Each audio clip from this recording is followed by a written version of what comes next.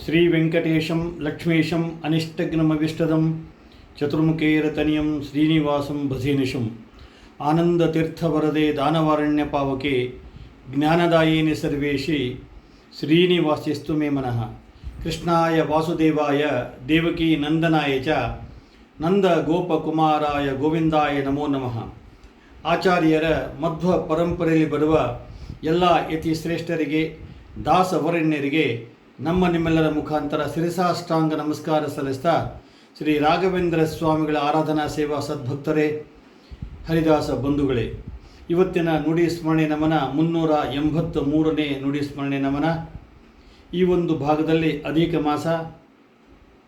ಮಾಸದಲ್ಲಿ ನಾವು ಏನೇನು ಒಂದು ದಾನ ಧರ್ಮಗಳನ್ನು ಮಾಡ್ತೀವಿ, ಅದು ಅಧಿಕ ಪುಣ್ಯ ಕೊಡ್ತಕ್ಕಂಥ ಪುರುಷೋತ್ತಮನ ಮಾಸ ಈ ಅಧಿಕ ಮಾಸ ನಿಜವಾಗಲೂ ಭಗವಂತ ನಮಗೆ 12 ತಿಂಗಳು ಇದ್ದಾಗ ಇನ್ನೂ ಒಂದು ತಿಂಗಳು ಹೆಚ್ಚಿಗೆ ಕೊಡ್ತಾನೆ. ಯಾಕೆ ಕೊಡ್ತಾನೆ ಅಂತ ಹೇಳಿದ್ರೆ, ಇನ್ನೂ ಇವರ ಸಾಧನೆ ಇನ್ನೂ ಬಹಳಷ್ಟು ಆಗಬೇಕು ಅಂಥೇಳಿ, ಕೇವಲ ಇವರಿಗೆ 12 ತಿಂಗಳು ಸಾಲಲ್ಲ ಅಂಥೇಳಿ ಪ್ರತಿ 3 ವರ್ಷಕ್ಕೆ ಒಂದು ಸರ್ತಿ ಒಂದು ತಿಂಗಳು ಹೆಚ್ಚಿಗೆ ಕೊಟ್ಟು ಆ ಒಂದು ತಿಂಗಳಲ್ಲಿ ಹೆಚ್ಚಿನ ಸಾಧನೆ ಭಗವಂತ ಮಾಡಿಸ್ತಾನೆ. ನಾವು ಸಂಕಲ್ಪ ಮಾತ್ರ ಮಾಡಬೇಕು. ಸಂಕಲ್ಪ ಮಾಡಿದಾಗ ಭಗವಂತ ಅದನ್ನು ಈಡೇರಿಸ್ತಾನೆ. ಜೊತೆಗೆ ಈ ಒಂದು ಭಾಗದಲ್ಲಿ ನಾವು ಆಚಾರ್ಯರ ಮಧ್ವರ ಪರಂಪರೆಯಲ್ಲಿ ಬರ್ತಕ್ಕಂತಹ 25ನೇ ಯತಿ ಶ್ರೇಷ್ಠರು ಅಂತ ಹೇಳಿದರೆ ಸತ್ಯಸಂಧ ತೀರ್ಥ ಶ್ರೀಪಾದಂಗಳವರು. ಅವರ ಪೂರ್ವಾಶ್ರಮದ ಹೆಸರು ಹಾವೇರಿ ರಾಮಾಚಾರ್ಯರೇ ಅಂತ ಹೇಳಿ. ಅವರು ಸತ್ಯಬೋಧ ತೀರ್ಥ ಶ್ರೀಪಾದಂಗಳವರಿಂದ ಒಂದು ಸನ್ಯಾಸಾಶ್ರಮ ಪೀಠವರನ್ನು ಸ್ವೀಕಾರ ಮಾಡ್ತಾರೆ. ಯಾಕಂದರೆ ಸತ್ಯಬೋಧ ತೀರ್ಥ ಶ್ರೀಪಾದಂಗಳವರು 40 ವರ್ಷ ದ್ವೈತ ಸಾಮ್ರಾಜ್ಯವನ್ನು ಆಳಿದ ಮಹಾ ಯತಿಗಳು ಅಂತ ಹೇಳಿ ಈಗಾಗಲೇ ದಾಖಲೆಯಾಗಿದೆ. ಅವರು ಯಾಕಂತ ಹೇಳಿದ್ರೆ ಸತ್ಯಬೋಧ ತೀರ್ಥ ಶ್ರೀಪಾದಂಗಳ ಸಂಚಾರ ಹೋಗೋ ಕಾಲಕ್ಕೆ ಜೊತೆಗೆ ತಮ್ಮ ರಾಮಾಚಾರ್ಯರನ್ನು ಕರ್ಕೊಂಡು ಹೋಗ್ತಿದ್ರಂತೆ. ಎಷ್ಟು ಇವರು ಸಂಚಾರ ಮಾಡಿದ್ದಾರೆ ಅಷ್ಟೇ ಸಂಚಾರ ರಾಮಾಚಾರ್ಯರು ಮಾಡಿದ್ದಾರೆ. ಅತ್ಯಂತ ವೇದಾಧ್ಯಯನ ಮಾಡಿದ ಪಂಡಿತರು.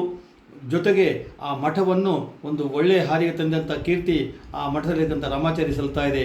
ಅವರು ತಿಳ್ಕೊತಾರೆ, ಮುಂದಿನ ಪೀಠಕ್ಕೆ ಇವರೇ ಯೋಗ್ಯ ಅಂತ ಹೇಳಿ ಅವರಿಗೆ ಕೊಡಬೇಕಂತ ಯೋಚನೆ ಮಾಡಿದಾಗ ಅವರಿಗೆ ನೋಡ್ತಾರೆ ಜ್ಞಾನ ದೃಷ್ಟಿಯಿಂದ ಸತ್ಯಬೋಧ ತೀರ್ಥ ಶ್ರೀಪಾದಂಗಳವರು ಅವರಿಗೆ ಆಯುಷ್ಯ ಮುಗಿದೋಗ್ಬಿಟ್ಟಿರ್ತದೆ.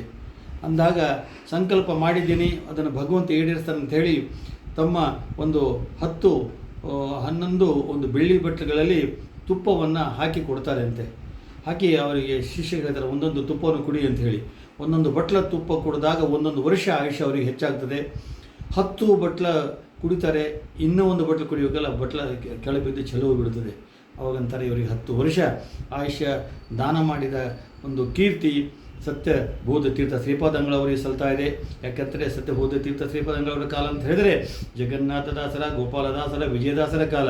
ಯಾಕಂದರೆ ಆ ಒಂದು ಪರಿಸರದಲ್ಲಿ ದಾಸ ಶ್ರೇಷ್ಠರಾಗಿದ್ದಂಥ ಗೋಪಾಲದಾಸರು ಕೂಡ ತಮ್ಮ 40 ವರ್ಷ ಆಯುಷ್ಯವನ್ನು ಜಗನ್ನಾಥದಾಸರಿಗೆ ಕೊಟ್ಟು, ಅದರ ಆಸುಪಾಸಿನಲ್ಲೇ ಈ ಒಂದು ಘಟನೆ ಕೂಡ ನಡೀತಾ ಇದೆ.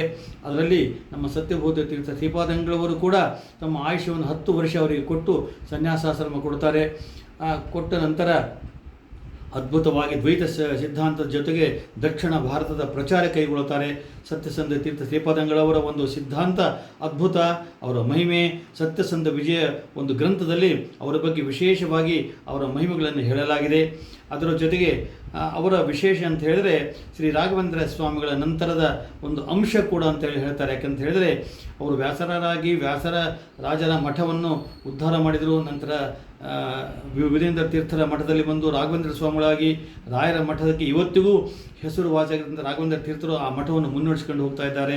ಅದರ ಜೊತೆಗೆ ನಮ್ಮ ಉತ್ತರಾದಿ ಮಠವನ್ನು ಸತ್ಯಸಂಧರ ಒಂದು ಹೆಸರಿನಲ್ಲಿ ಕೂಡ ಅದ್ಭುತವಾಗಿ ಉತ್ತರಾದಿ ಮಠ ಕೂಡ ನಡೀತಾ ಇದೆ ಅಂತ ಹೇಳಿದರೆ ರಾಯರ ಅನುಗ್ರಹ, ವ್ಯಾಸರಾಯರ ಅನುಗ್ರಹ, ಪ್ರಹ್ಲಾದರಾಜರ ಒಂದು ದಿವ್ಯ ದೃಷ್ಟಿ ಎಲ್ಲ ಆಚಾರ್ಯರ ಮಧ್ವ ಪರಂಪರೆ ಬಂದಕ್ಕಂಥ ಯತಿ ಶ್ರೇಷ್ಠರ ಮೇಲೆ ಇತ್ತು ಅಂತಲಕ್ಕೆ ಇದೇ ಸಾಕ್ಷ್ಯ ಅಂತ ಹೇಳ್ತಾ, ಇವತ್ತಿಗೂ ಸತ್ಯಸಂಧರ ವೃಂದಾವನ ಮಹಿಷಿಯಲ್ಲಿದೆ. ಶಿವಮೊಗ್ಗ ಜಿಲ್ಲೆ ತೀರ್ಥಹಳ್ಳಿ ತಾಲೂಕಿಗೆ ಒಂದು ಹತ್ತಿರದಲ್ಲಿರ್ತಕ್ಕಂಥ ಮಹಿಷಿ ಅಂತಕ್ಕಂಥ ತುಂಗಾ ನದಿಯ ತೀರದಲ್ಲಿ ಅವರ ವೃಂದಾವನಸ್ಥರಾಗ್ತಾರೆ. ಅವರು 10 ವರ್ಷ 3 ತಿಂಗಳು 4 ದಿವಸ ತಮ್ಮ ಪೀಠಾರೋಹಣ ಕಾಲದಲ್ಲಿ ಅದ್ಭುತ ಕಾರ್ಯವನ್ನು ಮಾಡ್ತಾರೆ. ಯಾಕಂತ ಹೇಳಿದರೆ ಸತ್ಯಬೋಧ ತೀರ್ಥ ಶ್ರೀಪಾದನ ಕೊಟ್ಟಿರ್ತಕ್ಕಂಥ ಆಯುಷ್ಯ ಮುಗಿಲಿಕ್ಕೆ ಬಂದಾಗ ಅವರು ಜ್ಞಾನ ದೃಷ್ಟಿಯಲ್ಲಿ ನೋಡ್ತಾರೆ. ತಮ್ಮ ಮಠದಲ್ಲಿರ್ತಕ್ಕಂಥ ಕೃಷ್ಣಾಚಾರ್ಯರಿಗೆ ಆಶ್ರಮ ಕೊಟ್ಟಾಡ್ತಾರೆ. ಸತ್ಯವರ ತೀರ್ಥರು ಅಂತ ಹೇಳಿ ಅವರಿಗೆ ಅಭಿಧಾನ ಮಾಡ್ತಾರೆ. ಸತ್ಯವರ ತೀರ್ಥರು ಯಾರು ಅಂತ ಹೇಳಿದರೆ ಮಾದನೂರು ವಿಷ್ಣು ತೀರ್ಥರನ್ನು ಸಮಾಜಕ್ಕೆ ಕೊಟ್ಟಂಥ ಕೀರ್ತಿ ಅವರಿಗೆ ಸಲ್ತಾ ಇದೆ. ಅಂಥ ಮಹಿಮರ ಸ್ಮರಣೆ ಮಾಡತಕ್ಕಂಥ ಭಾಗ್ಯ ಇವತ್ತು ನಮಗೂ ನಿಮಗೂ ಸಿಕ್ಕಿದೆ ಅಂತ ಹೇಳಿದರೆ ನಿಜವಾಗಲೂ ಅದೊಂದು ದೊಡ್ಡ ಭಾಗ್ಯ. ನಾವು ಪ್ರತಿನಿತ್ಯ ಯತಿ ಶ್ರೇಷ್ಠರ ಇವರಣ್ಯರ ದಾಸ ಶ್ರೇಷ್ಠರ ಯಾಕಂತ ಹೇಳಿದ್ರೆ ಇವತ್ತಿಗೂ ಸತ್ಯಸಂಧರ ಪೂಜಾ ಕಾಲಕ್ಕೆ ಶ್ರೀಪೂರ್ಣ ಬೋಧ ಅಂತಕ್ಕಂಥ ಒಂದು ಪದ್ಧತಿ ಇವತ್ತಿಗೂ ಮಹಿಷಿ ವೃಂದಾವನದಲ್ಲಿ ಅಲ್ಲಿ ಅರ್ಚಕರು ಮಾಡ್ತಾ ಇದ್ದಾರೆ ಅಂತ ಹೇಳಿದರೆ ರಾಯರು ಒಂದು ರೂಪದಿಂದ ಒಂದು ಅಂಶದಿಂದ ಆ ಸತ್ಯಸಂಧರಲ್ಲಿ ಇದ್ದಾರೆ. ಯಾರು ಅವರಿಗೆ ಅಷ್ಟು ಬಂದಂಥ ಭಕ್ತರು ಕೂಡ ಅಲ್ಲಿ ಸೇವೆ ಮಾಡ್ತಾರೆ.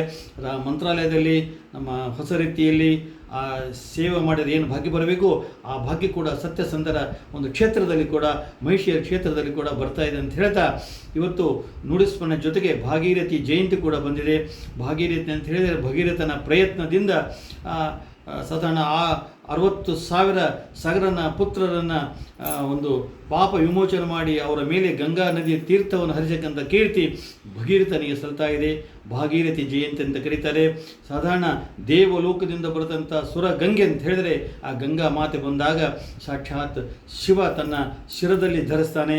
ನಂತರ ಶಿವನ ಶಿರದಿಂದ ಒಂದು ಮುಖಾಂತರ ಮುಂದೆ ಅದು ಸಗರನ ಮಕ್ಕಳನ್ನು ಒಂದು ಮೋಕ್ಷಕ್ಕೆ ಕಳಿಸಕ್ಕಂಥ ಕೆಲಸವನ್ನು ಮಾಡ್ತಾ ಇದೆ. ಭಗೀರಥನ ಪ್ರಯತ್ನದಿಂದ ಇವತ್ತು ಭಾಗೀರಥಿ ಅಂದರೆ ಅಷ್ಟೇ, ಗಂಗಾ ನದಿ ತೀರ್ಥ ಅಂದರೆ ಅಷ್ಟೇ. ಅಂಥ ಒಂದು ಬಂದಿರತಕ್ಕಂಥ ಪವಿತ್ರವಾದ ದಿನದ ಸ್ಮರಣೆಯನ್ನು ಕೂಡ ನೀವು ಮಾಡೋಣ ಅಂತ ಅಧಿಕ ಪುಣ್ಯಂ ಅಂದ್ರೇನು, ಅಧಿಕ ಮಾಸದಲ್ಲಿ ಕೇವಲ ಗೃಹ ಪ್ರವೇಶ, ಮುಂಜುವಿ ಮತ್ತು ಲಗ್ನಾದಿಗಳು ಮಾತ್ರ ಬರುವುದಿಲ್ಲ, ಇತರ ಅಷ್ಟೋತ್ತರಗಳು ಬರ್ತದೆ, ಭಗವಂತನ ಸ್ಮರಣೆ ಬರ್ತಾ ಇದೆ, ಭಗವಂತನ ಪೂಜೆ ಬರ್ತಾ ಇದೆ, ಹೋಮ ಹವನಗಳು ಕೂಡ ಬರ್ತಾ ಇದೆ. ಅಂಥ ಪವಿತ್ರ ಮಾಸದಲ್ಲಿ ನಾವೆಲ್ಲರೂ ಇದ್ದೀವಿ ಅಂತ ಹೇಳ್ತಾ ಮತ್ತೊಮ್ಮೆ ಅಧಿಕ ಮಾಸದ ನಿಯಾಮಕ ಪುರುಷೋತ್ತಮನ ಅನುಗ್ರಹ ಪ್ರತಿಯೊಬ್ಬರಿಗೆ ಆಗಲಿ ಅಂತ ಹೇಳ್ತಾ ಇವತ್ತಿನ ನುಡಿ ಸ್ಮರಣೆ ಕೇಳಿದ ಎಲ್ಲರಿಗೂ ಭಗವಂತನ ವಿಶೇಷ ಅನುಗ್ರಹ, ಎಲ್ಲರ ಮನೆಯಲ್ಲಿ ನಿರಂತರವಾಗಿ ಶುಭ ಕಾರ್ಯಗಳು ನಡೆಯಲಿ ಅಂತ ಹೇಳ್ತಾ ಎಲ್ಲರಿಗೂ ಅಭಿನಂದನೆಗಳು, ಅಭಿವಂದನೆಗಳು.